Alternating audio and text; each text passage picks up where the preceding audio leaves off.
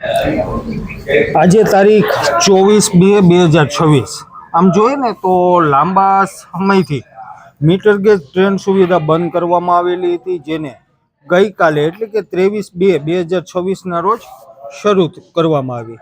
હવે આજે metre gauge train સુવિધા શરૂ થઈ, એ સુવિધાજનક નહીં પરંતુ દુવિધાજનક. આમ જોયો ને તો એમનું નામ આપેલું છે ધારી શહેરના મુસાફર જનતાએ લોલીપોપ એક્સપ્રેસ.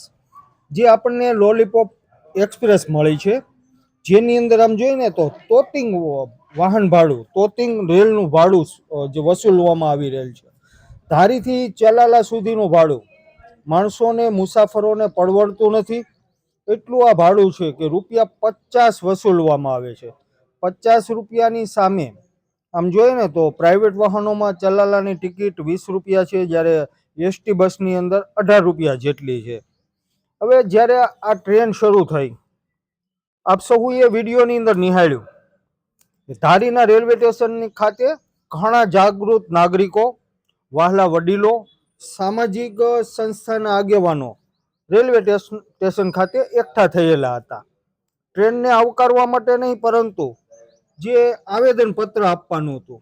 હવે આ વેળાએ આમ જોઈએ ને તો ધારી શહેર અને તાલુકાભરની જનતા ખાસ કરીને એક નોંધ લેજો, ખાસ કરીને મતદારો યાદ રાખજો કે જ્યારે આવેદનપત્ર આપવાનું હતું, જ્યારે મુસાફર જનતા પાસે યોગ્ય માંગણી એના માટે કરવાની હતી, ત્યારે રાજકીય આગેવાનો, તમે સૌએ જોયેલું કે રાજકીય આગેવાનોની સંખ્યા તો ઠીક છે, પરંતુ હાજરી, એક પણ હાજરી હતી નહીં.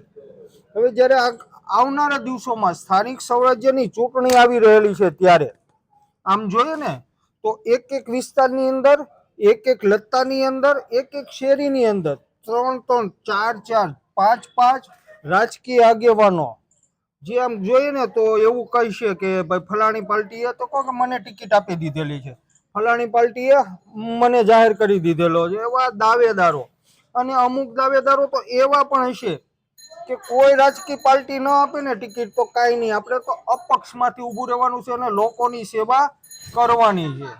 ચૂંટણી જીતીને સેવા કરવાના સપના જોતા આ જે ઉમેદવારો છે, એ કોઈ લોકોની જેટલી પણ અસુવિધાઓ પડતી હતી ત્યારે કોઈ ડોકાણા નહીં. વિડીયોની અંદર તમે જોયેલું હશે કે કઈ રાજકીય પાર્ટીના આગેવાનોએ હાજરી આપેલી હતી, કે કોણે વિરોધ કરેલો હતો, કે કોણે યોગ્ય માંગણી કરેલી હતી, કે કોણે લેખિત રજૂઆત કરી. કોઈ આ લેખિત રજૂઆત કરેલી નથી. હા, બજરંગ ગ્રુપના પ્રમુખ પરેશભાઈ પટણીએ એક લેખિત અરજી કરેલી હતી, જાગૃત નાગરિકો ભેગા રહેલા હતા અને આ આવેદનપત્ર આપવામાં આવેલું હતું. આવું જ આવેદનપત્ર ચલાલા ખાતે પણ આપવામાં આવેલું હતું. જ્યાંની આપણે વાત કરીએ તો જ્યાં પણ પાખી હાજરી હતી લોકોની, અને એકલ દોકલ આગેવાનોએ થઈ અને આવેદનપત્ર આપેલું હતું. કહેવાનો ભાવાર્થ એટલો છે કે ચૂંટણી સમયે લોકોની સેવા કરવા માટે ઘણા આગેવાનો, ઘણા દાવેદારો, ઘણા ઉમેદવારો આવશે, પરંતુ જ્યારે લોકોને જરૂર છે, મુસાફર જનતાને જરૂર હતી, ત્યારે એક પણ આગેવાન ડોકાણો નથી. આપણે મીટર ગેજ ટ્રેન સુવિધા શરૂ કરી માનનીય સાંસદ ભરતભાઈ સુતરિયા, એમનો પણ ખૂબ આભાર માનીએ છીએ.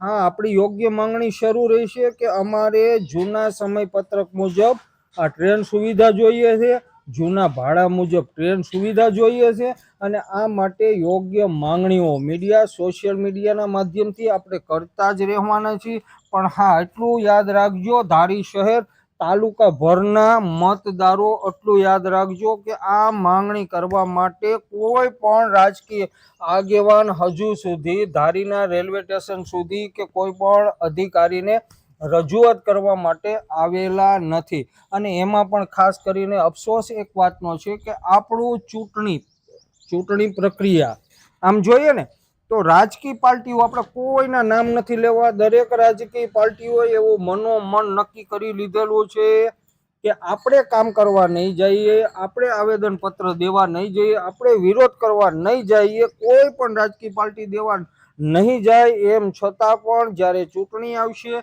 નીરસ મતદાન થશે, એમ છતાં કોઈ પણ એક ઉમેદવાર તો જીતવાનો જ છે. એ આપણી ચૂંટણી પ્રક્રિયા, ચૂંટણી કામગીરી છે.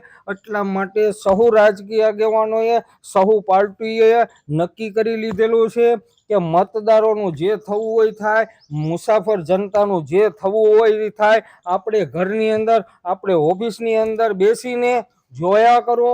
અને હા, સમય હવે આપણે પ્રચાર કરવા નીકળશું, આપણે બે હાથ જોડીને માફી પણ માંગી લેવું મતદારોની. અને મતદારો આપણને ભજીયા પાર્ટીની અંદર ગાંઠિયા ખાઈને માફ કરી પણ દેશે, એવો એને તો વિશ્વાસ છે.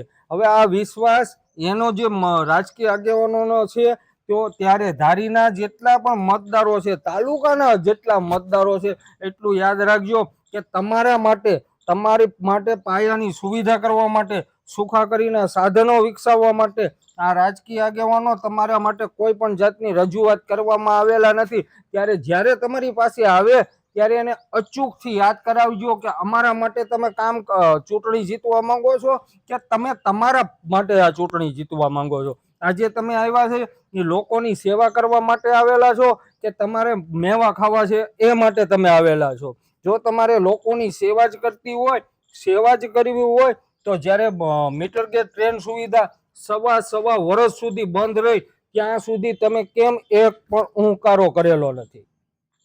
આમ જોઈએ ને તો ધારી શહેર અને તાલુકાભરની જનતા માટે આપણે ઘણી અસુવિધાઓ છે. એમ્બ્યુલન્સ હોય, ફાયર ફાઈટર હોય, શબવાહિની હોય, કે પછી ડાયાલિસિસ મશીન હોય, બ્લડ સ્ટોરેજ રૂમ હોય, કે પછી એવી અનેક રોડ અને રસ્તાની હોય, કોઈ પણ માંગણી હોય, ત્યારે કયો રાજકીય આગેવાન, કયો રાજકીય પાર્ટીનો આગેવાન જઈને રજૂઆત કરી છે અને લોકોની માટે, લોકોની સુખાકારી માટે આવેદન પત્ર દેવા માટે તે ગયેલો છે? એ પણ ખાસ કરીને સૌ કોઈ યાદ રાખજો. આ તો જે હૈયા વરાળ ઠાલવવાની હતી કે આજે 24 તારીખ થઈ ગઈ, ગઈકાલે જે 23 તારીખે જે અહીં રેલવે સ્ટેશન ખાતે જેટલા પણ જાગૃત નાગરિકો હાજર હતા, એની અંદર કેમ કોઈ પણ રાજકીય આગેવાનોની ગેરહાજરી હતી? આપણે એ માટે રાજકીય પાર્ટીઓને સીધો સવાલ કરી રહેલા છીએ કે શા માટે તમે તમારા મતદારોની પાસે તમારે મત તો જોઈતા છે, પરંતુ તેમની સુખાકારી માટે જે એક ટ્રેન ફાળવવામાં આવેલી છે, એના સમયપત્રક અને વ્યાજબી ભાડાની જે યોગ્ય માંગણી છે, આ માંગણીની અંદર તમારી ગેરહાજરી શા માટે હતી? તમારે મત લેવા માટે જ્યારે મતદારોની પાસે જવું છે, ત્યારે અનેક સપનાઓ દેખાડો છો, સેવાના વાયદાઓ કરી રહેલો છો, પણ હકીકતમાં જ્યારે મતદારોને તમારી જરૂર પડે છે, ત્યારે તમે મતદારોની વચ્ચે કેમ નથી આવતા? એ સીધા સવાલ આપણે આજના રાજકીય આગેવાનોને આપણે આ વિડીયોના માધ્યમથી કરી રહેલા છીએ કે ટ્રેન તો માનની સાંસદે શરૂ કરી દીધેલી છે અને સમયપત્રક માટે અત્યારે લોકો જે વ્યાજબી માંગણી કરી રહેલા છે, ત્યારે તમે ક્યાં હતા? સવા વર્ષ સુધી તમે ક્યાં હતા? તો આજે તમે ચૂંટણી સમયે નીકળી પડો છો, શેરીએ, ગલીએ અને ઘેરે જઈને તમે મત માંગશો અને લોકોને ખોટા વાયદા અને વચન આપશો કે ચૂંટણી જીતી ગયા પછી અમે તમારી સેવા કરવાના છીએ. અમારે ચૂંટણી જીતીને સેવા કરી નાખે ને એવા એક પણ નેતાની જરૂર નથી. અમારે તો ચૂંટણી પહેલા લોકોની વચ્ચે રહે ને અને લોકોની સાથે રહીને કામકાજ કરે ને એવા નેતાની ખાસ કરીને જરૂર છે. ત્યારે ધારી નગરપાલિકા વિસ્તારના તમામ શહેરીજનો સાથે તાલુકાભરમાં સ્થાનિક સ્વરાજ્યની ચૂંટણી આવી રહેલી છે. તાલુકા પંચાયત હોય કે જિલ્લા પંચાયત હોય, જ્યારે આવનારો કોઈ પણ ઉમેદવાર તમારી પાસે બે હાથ જોડીને આવે ને, ત્યારે એમને ધારીની મીટર ગેજ ટ્રેન સુવિધા સવા વર્ષથી બંધ હતી, કે ખાસ કરીને એમને યાદ કરાવજો. સાથે જ જે આપણને લોલીપોપ એક્સપ્રેસ આપવામાં આવેલી હતી, એનો વિરોધ કરવા માટે તમે શા માટે આવેલા ન હતા, એના પણ સવાલ તેઓને કરજો.